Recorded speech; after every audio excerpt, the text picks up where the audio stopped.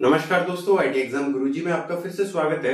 हम सूचना सहायक के लिए तैयारी कर रहे थे और उसमें हमारी लास्ट यूनिट चल रही थी ऑपरेटिंग सिस्टम की। उसका नाम था ऑपरेटिंग सिस्टम सिक्योरिटी।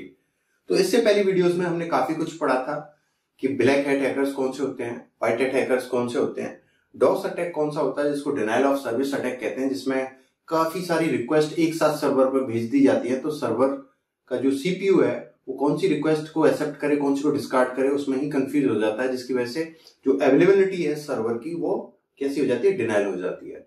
साथ ही हमने काफी सारे इंट्रोडक्शन पढ़े थे, है ना, एनक्रिप्शन क्यों जरूरी है, उसमें की होती है, और साथ ही हमने काफी सारी चीजें जो बेसिक चीजें थी वो हमने पढ़ी थी, जैसे वायरस और वॉर्म्स में फर्क क्या होता है, बेसिक डिफरेंस क्या होता है वायरस में और वॉर्म्स में, और साथ ही ट्रोजन हॉर्स में। तो वायरस कैसे होते हैं, उनको कोई ना कोई इनपुट चाहिए ट्रिगर करने के लिए, तभी वो एग्जीक्यूट होते हैं अपने कोड को। और जबकि वॉर्म्स में ऐसा नहीं होता, वो सेल्फ प्रिपेयर्ड होते हैं, यानी वो खुद से ही अपना वंश बढ़ाते हैं। और ट्रोजन हॉर्स ऐसे असली सॉफ्टवेयर दिखाते हैं, वो क्या दिखाते हैं कि हम असली सॉफ्टवेयर हैं, और उसके अंदर क्या होते हैं, मैलिशियस सॉफ्टवेयर होता है जो असली सॉफ्टवेयर के साथ इंस्टॉल होकर आपके कंप्यूटर को कंप्रोमाइज कर लेता है। ये बेसिक चीजें हमने पढ़ी थी। ठीक है, आज हम आगे की जो टॉपिक है उनकी तरफ चलते हैं। देखिए, डॉस अटैक ये मैं पढ़ा चुका था आपको। ब्लैक हैट हैकर्स क्या होते हैं तो मैंने आपको बताया था, ये एक कम्युनिटी है ब्लैक हैट हैकर्स की, और जिनका एक ही मकसद है, ये क्या है, नॉन एथिकल वे में हैकिंग करते हैं। ठीक है, कुछ ना कुछ नुकसान या हार्म करने के लिए। उनके पास एडवांस टूल होते हैं। व्हाइट हैट क्रैकर्स क्या होते हैं, ये अच्छे भी हैं बुरे भी हैं, इनके पास दोनों टाइप के टूल होते हैं। ये सर्विस देते हैं अटैक रोकने वाली। ठीक है, अब देखिए, इसमें से एक जनरल क्वेश्चन पूछ लेते हैं। कभी कभी आपने देखा भी होगा परीक्षाओं में, ऐसे व्यक्ति को क्या कहते हैं, उसमें 4 ऑप्शन मिलेंगे आपको। तो हैकर वाला एक बार डेफिनेशन पढ़ लेते हैं। जो ब्लैक हैट हैकर्स होते हैं उनको अपन क्या बोलते हैं, हैकर्स बोलते हैं उनको।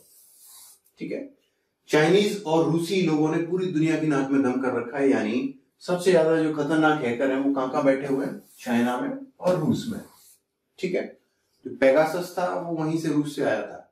तो चाइनीज और रूसी, इन्होंने पूरी दुनिया की नाक में दम कर रखा है। कंप्यूटर की दुनिया में वैसे इन लोगों को काफी सारी इज्जत दी जाती है। उसका कारण क्या है, क्योंकि जो हैकिंग है ये एक अच्छे प्रोग्रामर भी होते हैं, जिसकी वजह से इनको क्या है, काफी इज्जत भी दी जाती है हैकर्स को। ठीक है, यह जानने से पहले कि हैकर क्या होता है और वह क्या और कैसे काम करते हैं, यह जानना अत्यंत आवश्यक है कि हैकिंग किसे कहते हैं सबसे पहले। ठीक है, तो हैकिंग देखिए,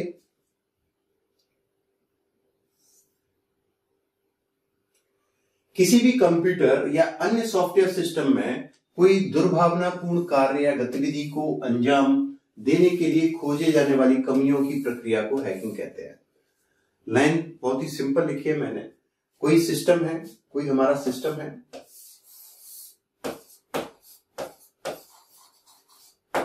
और वो सिस्टम हमारा या तो सिंपल सिस्टम हो सकता है, या हार्डवेयर का कॉम्बिनेशन हो सकता है, या सिंपल सॉफ्टवेयर हो सकता है। इसमें हमें कोई दुर्भावनापूर्ण यानी गलत तरीके से, गलत इरादे से हमें कुछ इसमें एक्टिविटी करनी है, और इसमें कोई कमी ढूंढनी है हमें। उस कमी की प्रक्रिया को क्या कहते हैं, उन कमियों की ढूंढने की प्रक्रिया को क्या कहते हैं, प्रोसेस को हैकिंग कहते हैं। यानी किसी सिस्टम में अनऑथराइज तरीके से कोई दुर्भावनापूर्ण कार्य करने के लिए उस सिस्टम के अंदर घुसना, उसको कंप्रोमाइज करना ही क्या कहलाता है, हैकिंग कहलाता है। ठीक है, यानी हमारा इरादा क्या है, इसमें इरादा एक ही है, दुर्भावनापूर्ण। ठीक है, किसी भी कंप्यूटर या मोबाइल फोन या अन्य किसी डेटा स्टोरेज इलेक्ट्रॉनिक उपकरण में हैकिंग गतिविधियों का प्रयोग किसी संवेदनशील या महत्वपूर्ण जानकारी या डेटा को चुराने या मिटाने हटाने के लिए किया जा सकता है। इनका मेन मोटो क्या है, मैं किसी सिस्टम में क्यों घुसूंगा, या तो मुझे कुछ चुराना है या कुछ मुझे डिलीट करना है। ये बेसिक से काम होते हैं। भाई मान लो फॉर एग्जांपल कि कोई बैंक के सर्वर में हैकिंग करता है, तो वो क्यों करेगा, बैंक गेमिंग क्यों कर रहा है, उसको फाइनेंशियल गेन चाहिए, उसको कुछ ना कुछ पैसे चुराने हैं या ट्रांजैक्शन इधर से उधर करने हैं, या फिर उसको कोई डेटा डिलीट करना है, मॉडिफाई करना है, इसीलिए तो करेगा। ठीक है, तो हैकर 2 प्रकार के होते हैं, और आप सभी जानते भी होंगे। हैकर भी 2 प्रकार के होते हैं। एक तो होता है कि आपकी परमिशन के साथ आपकी कंपनी के सिस्टम में जाएंगे और आपके लिए कमियां खोज के लाएंगे कि आपके सिस्टम में ये कमियां हैं। ठीक है, एथिकल हैकर बोलते हैं। दूसरे होते हैं नॉन एथिकल हैकर, ठीक है। तो ये बेसिक चीज है, इनको ध्यान रखना है आपको। एग्जामिनर आजकल साइबर सिक्योरिटी और साइबर क्राइम बहुत ज्यादा बढ़ गया, तो हो सकता है मेरे हिसाब से 1-2 क्वेश्चन पूछ ले इसमें से। एक तो वायरस का तो क्वेश्चन आएगा, virus, worms, trojan horse, root kit, इनमें से तो क्वेश्चन पक्का है। साइबर क्राइम के जो एक्ट हैं वो इस यूनिट के एंड में पढ़ेंगे अपन, वहां से क्वेश्चन बन सकते हैं। एक जनरल क्वेश्चन और बन सकता है। तो अनुमति के साथ यानी आपकी परमिशन के साथ आपकी कंप्यूटर या इलेक्ट्रॉनिक उपकरण में हैकिंग एक्टिविटीज को अंजाम देने के लिए कमियों को खोजने वाले जो हैकर्स होते हैं, एक तो ये वाले हैकर्स होते हैं। एक होते हैं आपकी बिना परमिशन के आपके कंप्यूटर में हैकिंग एक्टिविटीज को अंजाम देते हैं और कमियों को खोजते हैं, ठीक है। ये वाले जो है इनको एथिकल हैकर कहते हैं। क्या कहते हैं? एथिकल हैकर कहते हैं। और इन वालों को अनएथिकल हैकर कहते हैं। अनएथिकल हैकर कहते हैं इन वालों को, ठीक है, जो बिना आपकी परमिशन के जा रहे हैं और ये परमिशन के साथ आपके सिस्टम में जा रहे हैं, ठीक है। तो एथिकल हैकर्स क्यों हायर करती हैं कंपनियां? क्योंकि मोस्ट जो बड़ी बड़ी सॉफ्टवेयर कंपनियां हैं या फिर जो सॉफ्टवेयर इंडस्ट्री से रिलेटेड के अलावा कई सारे और भी फील्ड हैं, ठीक है, वहां पर इन एथिकल हैकर्स को हायर करते हैं। और उसके बाद जब इनको लगता है कि हमने सारे टेस्ट कर लिए सॉफ्टवेयर पे या सिस्टम पे और इसको कोई कंप्रोमाइज नहीं कर सकता, फिर ये एथिकल हैकर को सौंप देते हैं कि इसमें अब कोई कमी है तो उसको ढूंढ के लाओ। फिर वो हैकर वाला दिमाग लड़ाते हैं और कोई ना कोई कमी होती है उसको ढूंढ के लाते हैं और वो कंपनी उसको फिक्स कर देती है। तो इससे ना कंपनी का नुकसान हुआ और उस एथिकल हैकर को पेमेंट दे दिया उसके काम के लिए। एक होते हैं अनएथिकल हैकर यानी ब्लैक हैट हैकर समझ लो उनको।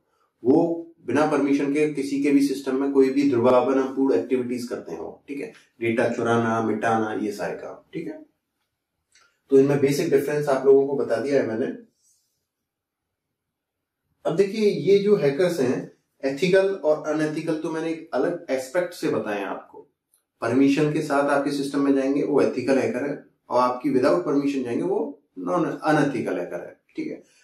अब ये हैकर भी हैं, इनको भी अपन ने 3 भागों में बांटा है। एक है व्हाइट हैट हैकर्स जो हम पढ़ चुके हैं, एक है ब्लैक हैट हैकर्स वो भी हम पढ़ चुके हैं, एक है ग्रे हैट हैकर्स। इनमें दोनों की प्रॉपर्टीज होती हैं, व्हाइट और ब्लैक हैट हैकर्स की।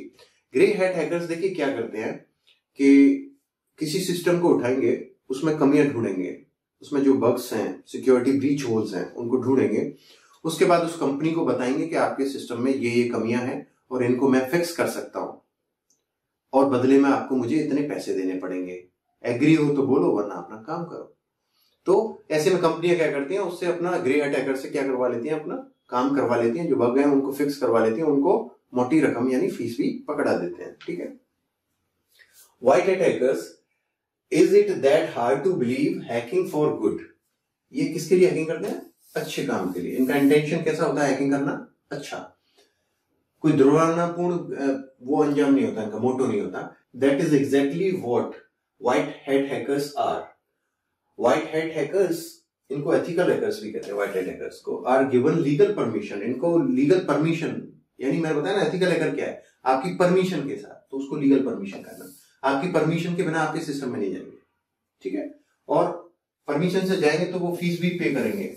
यानी मैं किसी हैकर को हायर कर रहा हूं कि मेरे सिस्टम में कोई कमियां ढूंढ, तो मुझे पैसे देने पड़ेंगे उसे, सिंपल सी बात है।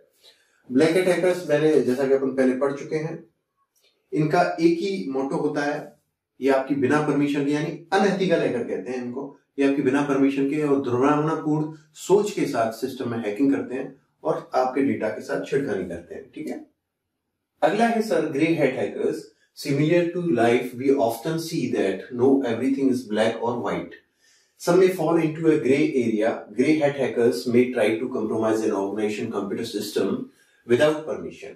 हो सकता है ये आपके कंप्यूटर सिस्टम में विदाउट परमिशन के एंट्री करें, ठीक है। अगर ये विदाउट परमिशन के कर रहे हैं तो अनएथिकल कराएंगे वैसे, ठीक है। Reporting the findings back to them, और जो कमियां हैं उनको तुरंत ऑर्गेनाइजेशन को बताते हैं कि आपके सिस्टम में ये कमियां हैं और हम इसको फिक्स कर सकते हैं, पैसे देने पड़ेंगे। Asking for permission to fix them, और उनको वो फिक्स करने की बोलते हैं, हम इसको फिक्स कर देंगे फॉर अ फी, एक रकम के एवज में, ठीक है, यानी पैसे देने पड़ेंगे। तो इस तरीके से हमने क्या क्या पढ़ा कि व्हाइट हैट हैकर्स, जिनको एथिकल हैकर्स भी कहते हैं, व्हाइट हैट हैकर्स को अपन क्या कहते हैं, एथिकल हैकर्स भी कहते हैं, जो आपके सिस्टम में आपकी परमिशन के साथ घुसेंगे, आपके सिस्टम की कमियों को आपको बताएंगे, उनको पैसे देने पड़ेंगे अपन को, ठीक है।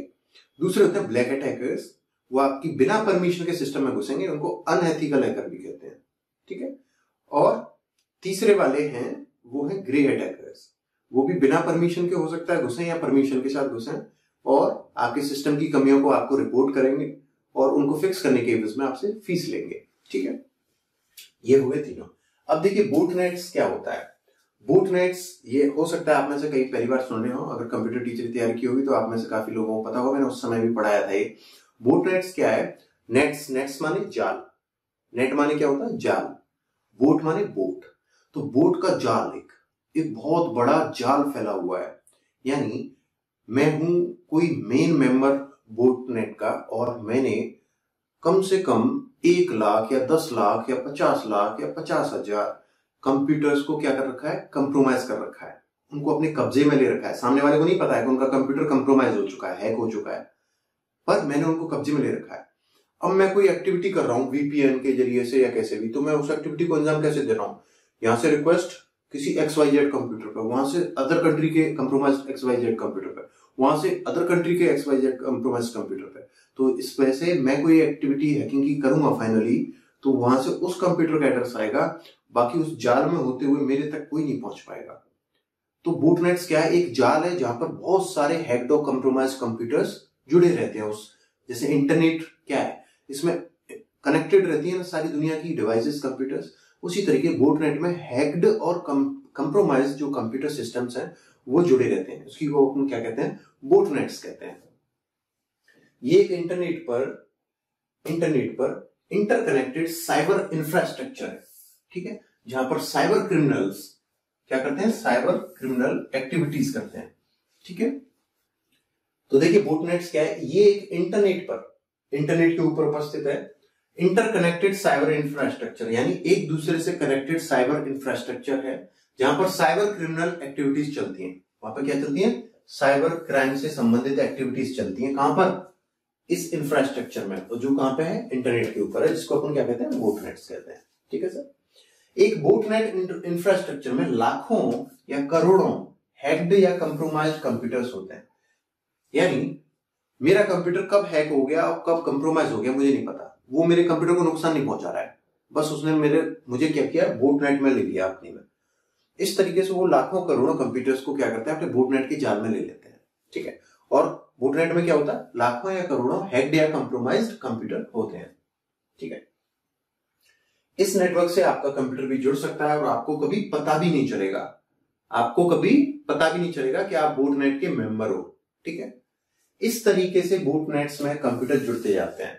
अभी मान लो मेरे स्टूडेंट का एक कंप्यूटर जुड़ा, फिर अगले स्टूडेंट का जुड़ा, फिर अगले का जुड़ा, आपको कोई पता ही नहीं है। और बूटनेट यहाँ पे लाखों करोड़ों वो बढ़ता जाएगा, यानी उनकी संख्या बढ़ती जाएगी।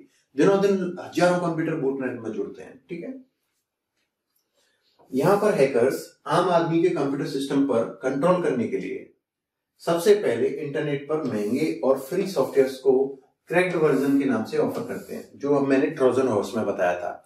हमें मान लीजिए कोई मुझे विंडो 11 चाहिए, तो मैं परचेज करनी पड़ेगी मुझे, लेकिन अगर मैं गूगल में सर्च करूं फ्री डाउनलोड विंडोज 11, तो बहुत सारे मुझे विंडोज डाउनलोड करने के वेबसाइट आ जाएंगे सर्च रिजल्ट में, लेकिन उनमें क्या है? उनमें ट्रोजन हॉर्स या मैलिशियस सॉफ्टवेयर कोड भी जुड़ा होगा, और आप उसको डाउनलोड करके विंडो 11 तो डाउनलोड इंस्टॉल करोगे अपने कंप्यूटर में, साथ में ही आप क्या कर रहे हो? उस मॉलिशियस कोड को भी इंस्टॉल कर लिया आपने, और आपका कंप्यूटर बूटनेट का, जैसे इंटरनेट से कनेक्ट होंगे, बूटनेट का मेंबर बन जाएगा, आपको पता भी नहीं चलेगा।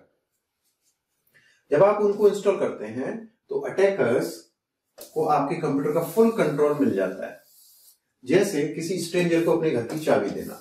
तो आप समझ गए होंगे बूटनेट क्या है। बूटनेट इंटरनेट के ऊपर स्थित एक साइबर इंफ्रास्ट्रक्चर है जहां पर साइबर क्रिमिनल से संबंधित एक्टिविटीज चलती है। बूटनेट में लाखों या करोड़ों हैक्ड या कंप्रोमाइज्ड कंप्यूटर्स होते हैं, और आपका कंप्यूटर भी बूटनेट से जुड़ा हुआ हो सकता है, लेकिन आपको कभी पता नहीं चलेगा। अपन बूटनेट के झांसे में कैसे आते हैं, उस जाल में कैसे जुड़ जाते हैं? क्योंकि हम फ्री या क्रैक्ड वर्जन सॉफ्टवेयर गूगल पर सर्च करते हैं, अपने सिस्टम में इंस्टॉल करते हैं, और हमको पता भी नहीं चलता, हम बूटनेट के मेंबर बन जाते हैं। तो यहाँ पे क्या सीखने को मिला? बूटनेट क्या है, बूटनेट के मेंबर कैसे बन जाते हैं? हैक्ड या क्रैक्ड वर्जन अपन ढूंढते हैं गूगल पे, उसको इंस्टॉल करते ही अपने सिस्टम में कोई ना कोई कोड आ जाता है मॉलिशियस, और वो फुल कंट्रोल ले लेता है हमारे सिस्टम का, और हमको पता भी नहीं चलता। ठीक है, देखिए यहां पर एक चीज समझिए कि अगर मैं इन करोड़ों कंप्यूटर्स के जाल में होते हुए फाइनली कहीं किसी टारगेट पर हैकिंग अटैक करूं, तो FBI से लेके CIA से लेके कोई भी इस दुनिया में नहीं पता लगा सकता कि फाइनली अटैक किसने किया था। ठीक है, ये बिल्कुल लगभग similar to VPN, virtual private network में ऐसा ही होता है। उसमें क्या है, वर्चुअल प्राइवेट नेटवर्क VPN में क्या होता है, अगर आपने VPN इंस्टॉल कर लिया तो आप मान लो सिंगापुर के सर्वर से जुड़ गए। अब सिंगापुर के सर्वर से जुड़ गए और आपने किसी हैकिंग एक्टिविटी को अंजाम दिया, तो सिंगापुर जो आपका IP एड्रेस बताएगा वो सिंगापुर का बताएगा। वहां से ट्रेस करेंगे तो वो आपको जर्मनी का सर्वर का बताएगा, जर्मनी से फ्रांस का बता देगा, फ्रांस से USA का, कनाडा का, पाकिस्तान का, बांग्लादेश का, नेपाल का, श्रीलंका का, इंडिया का। यानी इतने सर्वर से अगले सर्वर पर ट्रेस कर पाना ही मुश्किल है, बस एक सर्वर तक ही कर सकते हैं ट्रेस। यहां पर इस जाल में होते हुए सबको ट्रेस नहीं कर सकते, तो वही VPN जैसी स्ट्रेटजी है बोटनेट की। ठीक है, जब आपका कंप्यूटर अटैकर के कंट्रोल में हो जाता है बोटनेट में, तो वो बोटनेट्स का एक मेंबर बन जाता है, जिसको बोट या जॉम्बी कहते हैं। यहां से थोड़ा सा ध्यान रखना है आपको, जॉम्बी कहते हैं, किसे कहते हैं, बोटनेट के मेंबर को ही जॉम्बी कहते हैं। अगर आपका कंप्यूटर बोटनेट का मेंबर बन गया, आपने क्या किया, कैसे बना, आपने कोई फ्री या क्रैक्ड वर्जन फोकट का सॉफ्टवेयर गूगल से इंस्टॉल कर लिया, आपको नहीं पता है, इसके साथ मॉलिशियस कोड भी इंस्टॉल हो गया है और आप बोटनेट के मेंबर बन चुके हो। अब क्या है सर, आप एक बार बोटनेट के मेंबर बन गए तो आप क्या कहलाओगे, जॉम्बी। क्या कहलाओगे, जॉम्बी कहलाओगे आप। ठीक है, तो इसको बोट या जॉम्बी को याद रखना है। और सबसे बड़ी बात, कंप्यूटर यूजर को ये सब कुछ दिखता नहीं है यानी आपको कभी पता भी नहीं चलेगा क्या हो रहा है। कभी कभी ये अटैक कंप्यूटर से बाहर आकर भी नुकसान पहुंचा सकते हैं। तो इसका एक एग्जांपल दिया है मैंने। ऑस्ट्रेलिया के क्वींसलैंड में एक सीवेज सिस्टम कंपनी थी, उसने एक एम्प्लॉय को बाहर निकाल दिया। तो उसने क्या किया, सारे कंप्यूटर्स को जॉम्बी बना के और गेन ले लिया, एक्सेस ले लिया और सारा सीवेज उसने पूरे शहर में फैला दिया पॉइंटों पे, ऑटोमेटिक कंप्यूटर से। ठीक है, यहाँ पे आप देख रहे हो ये मेन बोट है। क्या है ये, मेन बोट है ये। और ये सारे के सारे कंप्यूटर है, यानी ये जॉम्बी है, ये भी जॉम्बी कंप्यूटर है, ये भी जॉम्बी कंप्यूटर है, ये भी जॉम्बी कंप्यूटर है, ये भी जॉम्बी कंप्यूटर है। ये सारे के सारे इस बोटनेट से जुड़े हुए जॉम्बी कंप्यूटर्स हैं। अब ये क्या करवाना चाह रहा है कि इस कंप्यूटर से वो हो जाएगा काम। ठीक है, क्योंकि इसके पास हर कंप्यूटर का कंट्रोल है।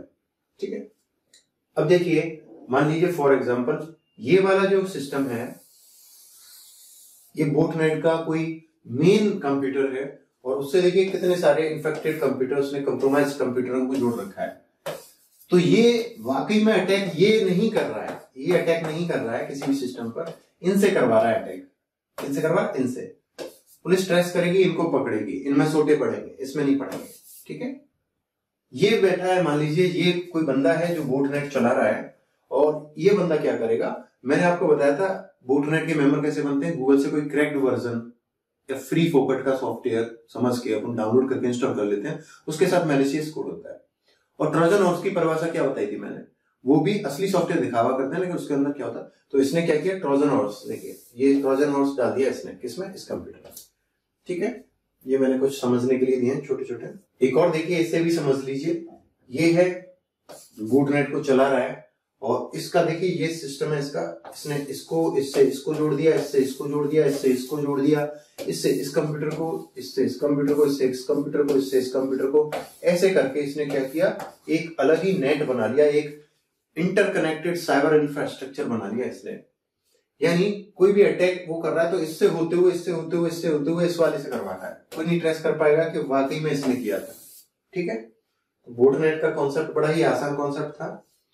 अब देखिए, ऑपरेटिंग सिस्टम सिक्योरिटी के बारे में थोड़ा सा पढ़ेंगे। मोस्ट ऑफ टाइम्स किसी कंप्यूटर सिस्टम की सिक्योरिटी को कंप्रोमाइज किया जा सकता है, यानी तोड़ सकते हैं अपन, उसकी सिक्योरिटी को ब्रीच कर सकते हैं। इसका मुख्य कारण, हम इंडियन लोग जब कोरोना से नहीं डरे तो कंप्यूटर और साइबर सिक्योरिटी तो बहुत दूर की बात है, हम लोगों में जागरूकता की कमी और लेजीपन बहुत ज्यादा है। देखिए, हमारे पासवर्ड भी, सारी चीजें हमारी कितनी वीक होती हैं हम इंडियंस की। देखिए, सबसे पहला तो हमें IT की जागरूकता नहीं है, यानी अब ये कंप्यूटर टीचर की भर्ती हो गई है पर बच्चों के लिए कुछ भी नहीं है। शुरू से ही अदर कंट्रीज में शुरू से ही ये cyber laws, cyber activities, internet, computer, ये सब की देते हैं। और वहां पे हर व्यक्ति, यानी एक बुढ़ा भी और बुढ़ी भी वहां पे USA में कंप्यूटर पर काम कर सकती है। ठीक है, यानी उनकी एज 78 और 80 है लेकिन वो कंप्यूटर पे काम कर लेती है। हमारे इंडिया में ऐसा नहीं है ना, तो इसका कारण क्या, जागरूकता नहीं है और हमारे यहाँ साइबर IT के बारे में इतना कुछ है नहीं। ज्यादातर लोगों के पासवर्ड या तो पासवर्ड होते हैं, पासवर्ड मतलब पासवर्ड, पासवर्ड PASSWORD, ये हुआ उसका पासवर्ड, या उसकी फेवरेट मूवी का नाम होगा उसका पासवर्ड, या उसका फेवरेट हीरो का नाम होगा, या उसके व्हीकल का नंबर होगा, या खुद का या फैमिली मेंबर का फर्स्ट या लास्ट नेम होगा, या अपने बेटे का होगा, डेट ऑफ बर्थ होगा। इनमें से एक कॉम्बिनेशन को ही अपन पासवर्ड बनाते हैं जिससे हम भूल नहीं जाए, ठीक है। दूसरी तरफ ATM पिन की बात करें तो वो 4 0 से 4 9 तक, या बाइक या स्कूटर या कार नंबर या मोबाइल नंबर में से 4 नंबर हो सकते हैं। देखिए एक सिंपल एल्गोरिथम बना सकते हैं अपन कि 4 नंबर का कॉम्बिनेशन से जितने भी पॉसिबल कॉम्बिनेशन बनाए जा सकते हैं, तो यानी ATM के पिन को हैक करना बहुत ही आसान काम है। आम आदमी के लिए नहीं है, लेकिन किसी 4 डिजिट के कॉम्बिनेशन को एल्गोरिथम से अपन जितने पॉसिबल कॉम्बिनेशन बना सकते हैं उससे तोड़ा जा सकता है, क्रैक किया जा सकता है, ठीक है। तो हमारे पासवर्ड और ये मोबाइल नंबर क्या होते हैं हम समझ गए कि हमारे ये 3 है, ठीक है। कुछ टेम्परेरी तब लोग कुछ ज्यादा ही कॉम्प्लिकेटेड पासवर्ड या पिन बनाते हैं और फिर गजनी बन जाते हैं, यानी भूल जाते हैं वो फिर, ठीक है। तो ये सारी बातें हैं ऑपरेटिंग सिस्टम सिक्योरिटी में। अब देखिए possibility of building secure system, एक सिक्योर सिस्टम बनाने की पॉसिबिलिटी क्या है उसके बारे में थोड़ा सा मैंने चालान लिखिए। अगर कोई सॉफ्टवेयर ज्यादा बड़ा या कॉम्प्लेक्स या कॉम्प्लिकेटेड नहीं है तो सॉफ्टवेयर को बग फ्री बनाया जा सकता है। क्या बनाया जा सकता है? बग फ्री बनाया जा सकता है।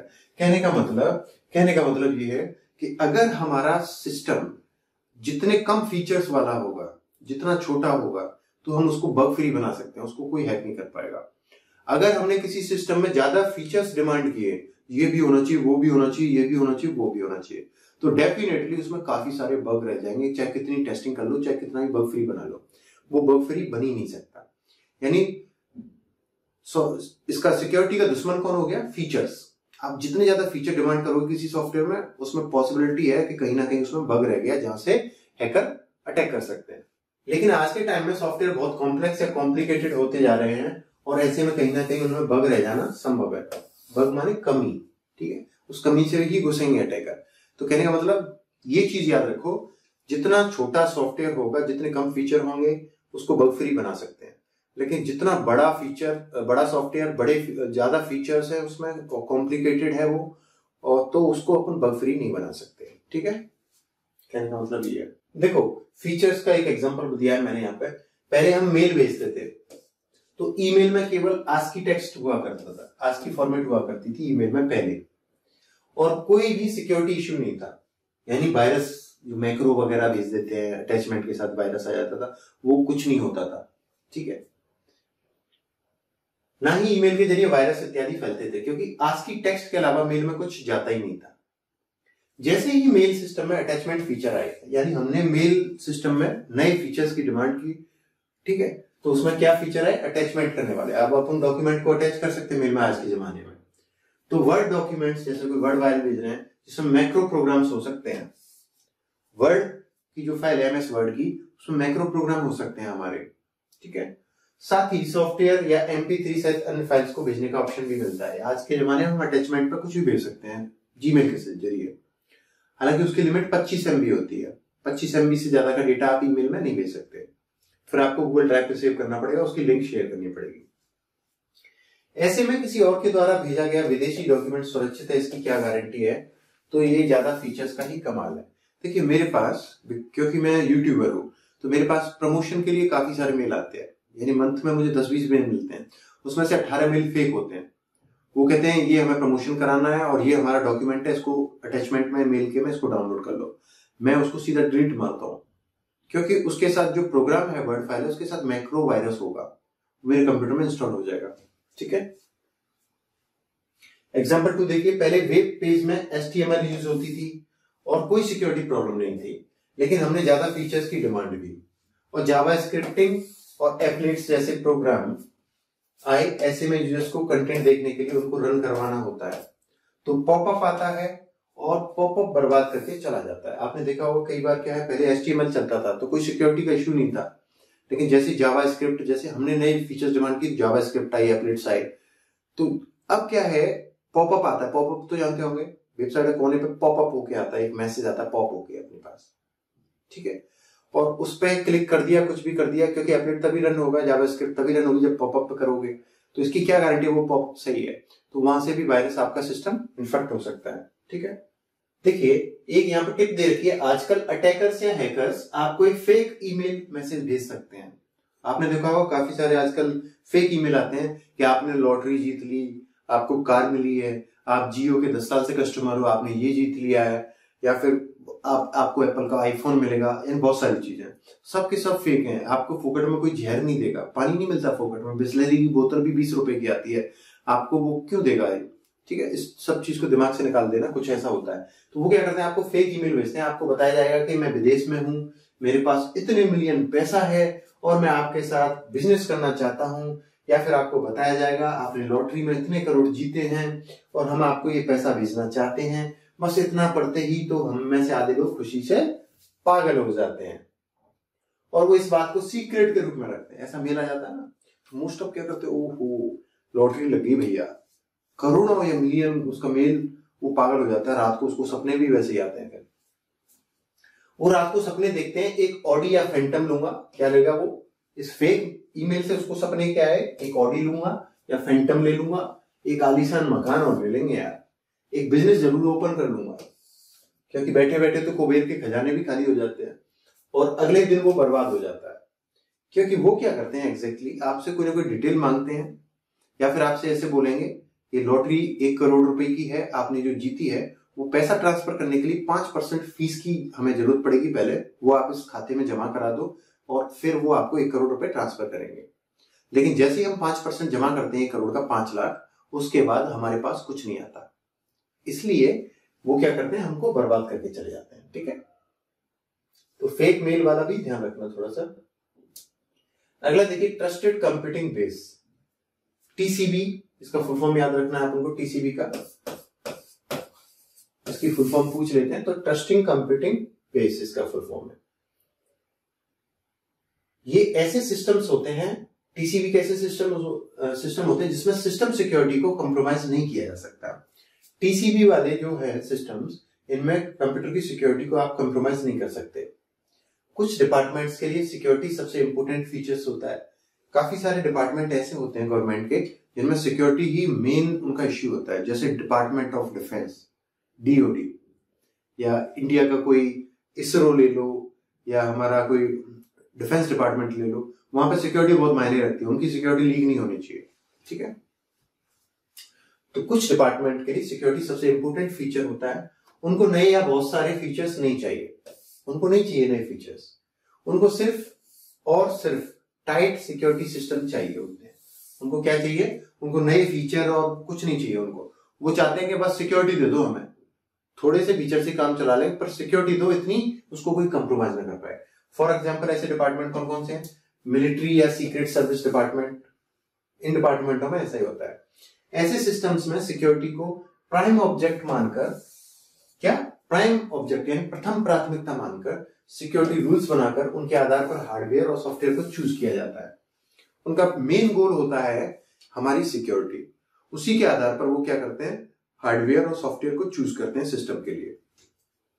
और कोई सिस्टम लिमिटेड वर्किंग या स्पेसिफिकेशन के साथ डिजाइन किया जाए, मैंने क्या कहा, कम फीचर होंगे सिक्योरिटी को कोई कंप्रोमाइज नहीं कर पाएगा, ज्यादा फीचर होंगे सिक्योरिटी कंप्रोमाइज हो जाएगी। तो कोई सिस्टम लिमिटेड वर्किंग स्पेसिफिकेशन के साथ डिजाइन किया जाए तो उसकी सिक्योरिटी को कंप्रोमाइज करना आसान नहीं होगा। ठीक है, टीसीबी में आमतौर पर अधिकांशतः क्या होता है, हार्डवेयर होता है, इनपुट आउटपुट उपकरणों को छोड़कर जो सिक्योरिटी को प्रभावित ना करें। इसमें ऑपरेटिंग सिस्टम की कर्नेल का कुछ पोर्शन देखिए, इसमें इनमें ऑपरेटिंग सिस्टम की कर्नेल का कुछ पोर्शन, आपको पता है बॉस प्रोग्राम होता है ऑपरेटिंग सिस्टम का, तो कर्नेल का कुछ पोर्शन और साथ में ऐसे यूजर प्रोग्राम जिनमें सुपर यूजर पावर है, जैसे यूनिक्स में सेट यूआईडी रूट प्रोग्राम के अलावा ऑपरेटिंग सिस्टम के मुख्य फंक्शन जो टीसीबी का हिस्सा होना चाहिए, जैसे प्रोसेस क्रिएशन, प्रोसेस को स्विच करना, मेमोरी का मैनेजमेंट करना, फाइल का मैनेजमेंट करना, इनपुट आउटपुट मैनेजमेंट, ऐसी चीजों को ही रखते हैं, बाकी ज्यादा फीचर्स पे ये ध्यान नहीं देते। यानी जो मेन और मुख्य चीजें हैं जो सिस्टम को चाहिए, उनके अलावा ये बाकी चीजों पर ध्यान नहीं देते। डिजाइनिंग के दौरान टीसीबी प्लेटफॉर्म मॉड्यूल बाकी के ऑपरेटिंग सिस्टम से सेपरेट रहता है, यानी ये अपना ऑपरेटिंग सिस्टम का मॉड्यूल है, तो इसमें टीसीबी वाला मॉड्यूल है ये अलग रहेगा, बाकी के XYZ बाकी की वर्किंग से ये अलग रहता है टीसीबी, ठीक है, जिससे उसका साइज कम रहता है और साथ ही उसकी करेक्टनेस को आसानी से वेरीफाई किया जा सकता है, ठीक है। अब देखिए reference monitor, REFE reference monitor. तो सर इसमें क्या होता है रेफरेंस मॉनिटर टीसीबी प्लेटफॉर्म में मॉड्यूल का एक इंपॉर्टेंट पार्ट होता है, ठीक है। रेफरेंस मॉनिटर यानी एक मॉड्यूल है, ये समझ लो टीसीबी में। ये रेफरेंस मॉनिटर ही सभी सिस्टम कॉल को एक्सेप्ट करता है, यानी कोई भी सिस्टम कॉल आई तो सबसे पहले कहां आएगी, रेफरेंस मॉनिटर के पास आएगी। सिक्योरिटी, जैसे कौन कौन सी call, security call, file open करने वाली कॉल, या रेफरेंस मॉनिटर ही डिसीजन लेता है कि ये कॉल प्रोसेस करनी है कि नहीं, यानी ये वॉचमैन समझ लो सिस्टम का। कोई भी कॉल आई सिस्टम कॉल, सबसे पहले कहां आएगी, रेफरेंस मॉनिटर पर। ये डिसाइड करेगा ये मुझे प्रोसेस करनी है कि नहीं करनी। अब वो हैकर की तरफ से कॉल आ रही है, क्रैकर की तरफ से आ रही है, मैलिशियस कोड की तरफ से आ रही है, वाकई में ऑथेंटिकेटेड यूजर की तरफ से वो रिक्वेस्ट आ रही है, उसको कौन वेरीफाई करेगा, ये रेफरेंस मॉनिटर वेरीफाई करेगा। रेफरेंस मॉनिटर ही सारे सिक्योरिटी डिसीजंस को एक जगह पर अलाउ करता है, जिससे सिस्टम बाईपासिंग की पॉसिबिलिटी है वो नहीं रहती। लेकिन जनरल ऑपरेटिंग सिस्टम इस तरीके से डिजाइन नहीं की जाती है, इसलिए वो इनसिक्योर होते हैं। अब देखिए टीसीबी वाला अलग कॉन्सेप्ट है, ये नॉर्मल ऑपरेटिंग सिस्टम में ये फॉलो नहीं होता रेफरेंस मॉनिटर वगैरह, इसलिए वो इनसिक्योर होते हैं। लेकिन टीसीबी वाले में ये रेफरेंस मॉनिटर के जरिए सब कुछ होता है, तो बहुत टाइट सिक्योरिटी होती है इनकी, ठीक है। अब देखिए रेफरेंस मॉनिटर का मैंने बताया टीसीबी वाले सिस्टम के लिए। यहां पर देखिए ये जो स्पेस है, ये वाला एरिया, ये यूजर स्पेस है। कौन सा स्पेस है, यूजर स्पेस। मैंने बताया था दो स्पेस होते हैं, यूजर स्पेस और कर्नेल स्पेस। ये हमारा कर्नेल स्पेस है, ठीक है, ये वाला कर्नेल स्पेस है। तो यूजर की कोई प्रोसेस आएगी तो वो किस स्पेस में आएगी, यूजर स्पेस में आएगी। यूजर स्पेस से वो कहां जाएगी, फिर रेफरेंस मॉनिटर के पास जो कर्नेल स्पेस में है। तो यहां से यूजर स्पेस से कोई process I, all system calls go through the reference monitor for security checking. अब ये जो आई है सिस्टम कॉल या प्रोसेस यूजर स्पेस से, ये कहां जाएगी, कर्नेल स्पेस में रेफरेंस मॉनिटर के पास, वो इसको वेरीफाई करेगा, ठीक है।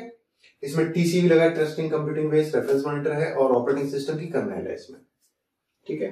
इतना ही बस रेफरेंस मॉनिटर में इतना याद कर लो। अगला देखिए research direction on TCB. TCB आधारित ऑपरेटिंग सिस्टम में भी मिलियंस ऑफ कोड लाइंस होती हैं, जिनको कम करके हजारों कोड लाइंस में कवर करना होगा, जैसे मिनिक्स 3 ऑपरेटिंग सिस्टम। ये जो मिनिक्स 3 ऑपरेटिंग सिस्टम है, इसमें बहुत कम, इस ओएस में बहुत कम कोड लाइंस हैं, जिसकी वजह से इसकी सिक्योरिटी बहुत टाइट है। लेकिन विंडोज इनकी बात करें, लिनक्स यूजर, भैया मिलियंस ऑफ कोड लाइन है, ठीक है। मिनिक्स 3 ऑपरेटिंग सिस्टम, इसका पूरा नाम portable operating system interface POSIX है। इसका स्ट्रक्चर FreeBSD और लिनक्स से बिल्कुल अलग है। इसकी कर्नेल में केवल, देखिए कितनी अच्छी चीज लिखी है, केवल 6000 कोड लाइंस होती है। कहां पे, कर्नेल स्पेस में, कर्नेल के लिए। यानी इसकी जो टोटल कर्नेल अपन ने डिजाइन की है प्रोग्रामिंग से, उसमें सिर्फ कितने कोड है, 6000 लाइन का ही कोड है।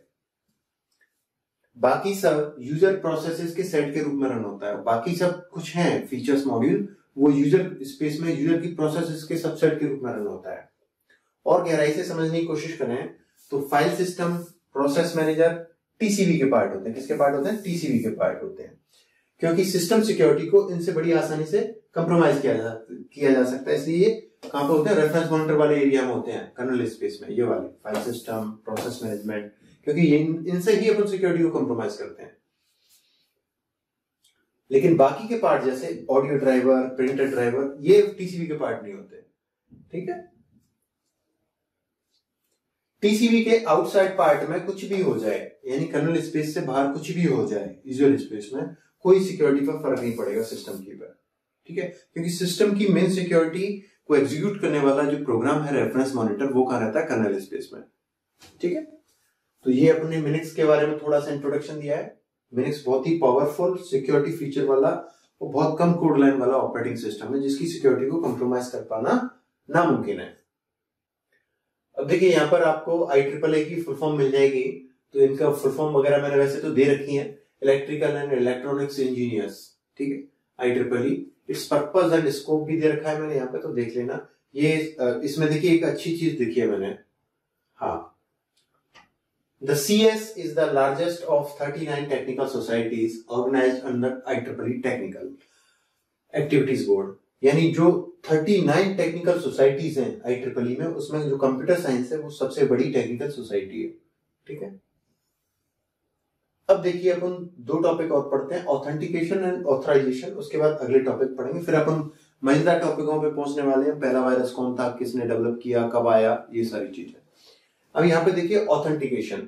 ऑथेंटिकेशन यूजर की आइडेंटिटी को वेरीफाई करता है। अब देखो यहाँ पर एक ही बार में याद करा दूंगा ऑथेंटिकेशन ऑथराइजेशन को, एक ही बार में याद हो जाएगा। थोड़ा सा यहाँ पे गौर करिए, AUTH यहाँ पे। अब देखिए इन दोनों में ऑथेंटिकेशन ऑथराइजेशन। ऑथेंटिकेशन में अपन क्या करते हैं, बाहर से वेरीफाई कर रहे हैं, यानी यूजर का वेरिफिकेशन कर रहे हैं अपन। यानी जैसे पासवर्ड डाल रहा है तो वो क्या कहलाएगा, ऑथेंटिकेशन। क्या कहलाएगा, ऑथेंटिकेशन। आंखों की आईरिना स्कैन कर रहे हैं तो ऑथेंटिकेशन कहलाएगा। बायोमेट्रिक थंब इंप्रेशन लगा रहे हैं सिस्टम में घुसने के लिए, वो ऑथेंटिकेशन कहलाएगा। वहां पे अपन चेक करते हैं ये ऑथेंटिकेटेड यूजर है कि नहीं, पासवर्ड के जरिए, फेशियल रिकॉग्निशन के जरिए, बायोमेट्रिक के जरिए, आईरिना स्कैनर के जरिए अपन क्या कर रहे हैं, यूजर को वेरीफाई कर रहे हैं, ऑथेंटिकेटेड यूजर है कि नहीं, तो इसको क्या बोलेंगे, ऑथेंटिकेशन।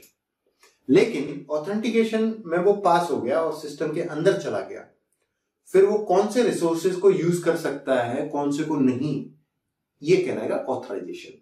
सिस्टम के अंदर घुसने के बाद ऑथराइजेशन होगा उसका, लेकिन सिस्टम में अंदर घुसने तक वेरिफिकेशन हुआ उसको ऑथेंटिकेशन कहेंगे। ठीक है, देखिए ऑथेंटिकेशन यूजर की आइडेंटिटी को वेरीफाई करता है। क्या यह वेरीफाई कर रहा है, यूजर की आइडेंटिटी। ठीक है, जहां ऑपरेटिंग सिस्टम ऑथेंटिकेशन को अपनी नॉलेज से परफॉर्म करता है, इसमें सबसे पहले यूजर को आइडेंटिफाई करना होता है, जिससे ये पता लगाया जा सके कि यूजर को सिस्टम के रिसोर्स को यूज करने के लिए अनुमति दी जाए या नहीं। यूजर और ऑपरेटिंग सिस्टम के बीच में ऑथेंटिकेशन किसके जरिए होता है सर, पासवर्ड के जरिए, या फिंगरप्रिंट रिकॉग्निशन के जरिए, या वॉइस रिकॉग्निशन के जरिए, या रेटिना रिकॉग्निशन के लिए, या फिर फेशियल रिकॉग्निशन के जरिए, इत्यादि जरिए से अपन क्या करते हैं, ऑथेंटिकेशन करते हैं। एंड ऑथेंटिकेशन मीन सिस्टम में एंट्री मारने के लिए आपको पास दिखाना है, अपना पास। अब वो पास आपका बायोमेट्रिक हो सकता है, आईरिना स्कैनर हो सकता है, आपका थंब इंप्रेशन हो सकता है, फेशियल रिकॉग्निशन हो सकता है, ऑडियो रिकॉग्निशन होता है, सिंपल पासवर्ड हो सकता है, ओटीपी बेस्ड 2 फैक्टर पासवर्ड हो सकता है। ये तो कहलाएगा ऑथेंटिकेशन। ठीक है, अब अंदर जाके कौन सा रिसोर्स अलाउ करना है इस यूजर को, कौन सा नहीं कर सकता, वो ऑथराइजेशन कहलाएगा। ठीक है सर, तो ऑथेंटिकेशन में से देखो काफी सारे क्वेश्चन बन जाते हैं। यूजर की आइडेंटिटी को वेरीफाई करना कहलाता है ऑथेंटिकेशन ऑथराइजेशन, और 2 ऑप्शन और दे दिए, तो वहां पे आपको याद रखना है ऑथेंटिकेशन। यूजर की आइडेंटिटी को ऑथेंटिकेशन यूजर की आइडेंटिटी का ऑथेंटिकेशन निम्न में से किसके जरिए कर सकते हैं, पासवर्ड या फिंगरप्रिंट के जरिए, वॉइस रिकॉग्निशन के जरिए, रेटिना रिकॉग्निशन के जरिए, फेशियल रिकॉग्निशन के जरिए, इनमें से कोई नहीं। इस तरीके से क्वेश्चन बन सकता है। ठीक है, अगला देखिए ऑथराइजेशन। जब कोई यूजर ऑथेंटिकेटेड हो जाता है, यानी उसने पासवर्ड या फेशियल रिकॉग्निशन जो भी है सिस्टम में पास हो गया वो, तो वो ऑथेंटिकेशन के बाद कहां जाएगा, सिस्टम के अंदर। कहां जाएगा, सिस्टम के अंदर। सिस्टम रिसोर्सेज को यूज करने के लिए एंट्री मिल जाएगी उसको, लेकिन ऐसे में या ऑथराइजेशन में यूजर कौन से रिसोर्सेज को यूज कर सकता है, कौन से को नहीं, साथ ही रिसोर्सेज पर कौन से ऑपरेशन यूजर कर सकता है, कौन से नहीं। दूसरे शब्दों में कहें, ऑथराइजेशन एक ऐसा मेथड है जिसमें सिस्टम के रिसोर्सेज को यूज करने के लिए यूजर के राइट्स को एक स्पेसिफिक मैनर में वेरीफाई किया जाता है। जैसे काफी सारी चीजें देखो, ये एक तरीके से ऐसा है कि आपने मेरी ऐप में एंट्री की, तो आपने क्या किया, यूजर आईडी पासवर्ड डाला, वो क्या कहलाएगा, ऑथेंटिकेशन। ठीक है, अगर आपका पासवर्ड सही है तो आप सिस्टम में चले गए। अब आप कौन से कोर्स के लिए अलाउ हो, यानी जो कोर्स आपने बाय नहीं कर रखा उसको आप नहीं ओपन कर पाओगे, वो क्या है, आपका ऑथराइजेशन है। जो आपने कर रखा है उसको आप कर सकते हो ओपन कोर्स को। ठीक है, इस तरीके से। तो ऑथेंटिकेशन ऑथराइजेशन बहुत इंपॉर्टेंट है। एक तो गेट तक एंट्री, ये गेट से अंदर क्या यूज कर सकता हूं क्या नहीं, उसके लिए। अब देखिए सिक्योरिटी को मेजर करने के लिए कुछ लेवल्स हैं, यहाँ से क्वेश्चन बन सकता है। जिनमें से सिक्योरिटी को मेजर करने का लेवल नहीं है, 4 लेवल होते हैं फिजिकल लेवल। अब देखिए फिजिकल लेवल में क्या होता है, जैसे इसरो के सर्वर है तो वहां पे आर्म फोर्सेस होती हैं, ठीक है, सीआरपीएफ के जवान होते हैं, मिलिट्री वाले, वो उसकी सुरक्षा करते हैं। तो फिजिकल लेवल पे हम सिस्टम को सिक्योरिटी कैसे दे सकते हैं, बाहर गार्ड लगा दिया, पुलिस लगा दी, या आर्म्ड फोर्सेज है कोई मिलिट्री सर्विसेज, वो कर रही है सिस्टम की सिक्योरिटी, ठीक है। तो फिजिकल लेवल पे अपन देते हैं, उसमें आर्म फोर्सेस के जरिए सुरक्षा दी जाती है। ह्यूमन लेवल पर हम हर प्रत्येक जो यूजर है उसको क्या करते हैं, ऑथेंटिकेट करते हैं कि वो यूजर क्या कर रहा है, क्या नहीं करना चाहिए, यानी ऑथेंटिकेशन एंड ऑथराइजेशन, जिससे हम सोशल इंजीनियरिंग और फिशिंग जैसे अटैक से बच सकते हैं। अगला नेटवर्क लेवल पर, इसमें आईपी फिल्टरिंग करते हैं अपन, जिसमें कौन सा आईपी पैकेट कहां ट्रांसफर और कौन सा आईपी पैकेट फिल्टर करना है, कौन सा आईपी पैकेट ब्लॉक करना है, ये सारे काम करते हैं अपन नेटवर्क लेवल पर। अगला है ओएस लेवल, इसमें अपन क्या कर सकते हैं, ओएस लेवल पे अपन सिक्योरिटी को कैसे वेरीफाई करते हैं, अभी बताया था मैंने, बायोमेट्रिक से, पासवर्ड से, ओटीपी से, काफी सारे चीजें हैं अपन को ऑपरेटिंग सिस्टम लेवल पे, ठीक है। तो दोस्तों अगली वीडियो में हम पढ़ेंगे बफर ओवरफ्लो अटैक्स, और बफर ओवरफ्लो अटैक में पढ़ने के बाद हम पढ़ेंगे ह्यूमन फैक्टर्स के कारण जिससे ये सब फ्रॉड है, ये कैसे होते हैं। फिर इनसाइडर अटैक पढ़ेंगे अपन, फिर बैकडोर पढ़ेंगे, लॉजिक बॉम्ब पढ़ेंगे, लॉगिन स्पूफिंग पढ़ेंगे, फिर मॉलवेयर पढ़ेंगे, कीलॉगर पढ़ेंगे, ट्रोजन हॉर्सेस पढ़ेंगे, वायरस पढ़ेंगे, कंपेनियन वायरस पढ़ेंगे, memory resident virus, boot sector virus, device driver virus, macro virus, root kit, Pegasus, jail breaking, phone phreaking, hacking, activism, ये सारे यानी बहुत सारे डीडीओएस अटैक, डॉस अटैक नहीं, डीडीओएस अटैक। एनोनिमस क्या होते हैं, वायरलेस हैकिंग टूल्स के बारे में पढ़ेंगे, कौन सा टूल इनमें से एक बार क्वेश्चन आया था, ट्रस्टेड प्लेटफॉर्म मॉड्यूल टीपीएम पढ़ेंगे, टीपीएम के ऑपरेशन पढ़ेंगे, कंप्यूटर में कहां होता है टीपीएम ये पढ़ेंगे, कैसे ओपन करेंगे टीपीएम को वो पढ़ेंगे, डिजिटल सिग्नेचर के बारे में पढ़ेंगे, the creeper first computer virus के बारे में पढ़ेंगे, द रैबिट वायरस के बारे में पढ़ेंगे, the first Trojan horse virus के बारे में पढ़ेंगे, the brain boot sector virus के बारे में पढ़ेंगे, द लव लेटर वायरस के बारे में पढ़ेंगे, द कोड रेड वायरस के बारे में पढ़ेंगे, फिर हार्ट ब्लीड वायरस के बारे में पढ़ेंगे। यानी ऑपरेटिंग सिस्टम सिक्योरिटी में ऐसा कोई टॉपिक नहीं छोड़ूंगा जहां से क्वेश्चन आरएसएमएस भी आपको बना के दे दे, हर चीज कवर किया मैंने। फिर मिलता हूं अगली वीडियो में, तो मुझे लग रहा है 2 वीडियो और सही, उसके बाद ये खत्म हो जाएगा। उसके बाद इनके बचे हुए एमसीक्यू सॉल्व करा दूंगा और फिर पीडीएफ अपलोड कर दूंगा, और जिन लोगों ने बुक नहीं मंगाई वो बुक जरूर मंगा लेना। फिर अपन नई सब्जेक्ट शुरू करते हैं। फिर मिलता हूं आपसे नई वीडियो में, तब तक के लिए study hard, best of luck.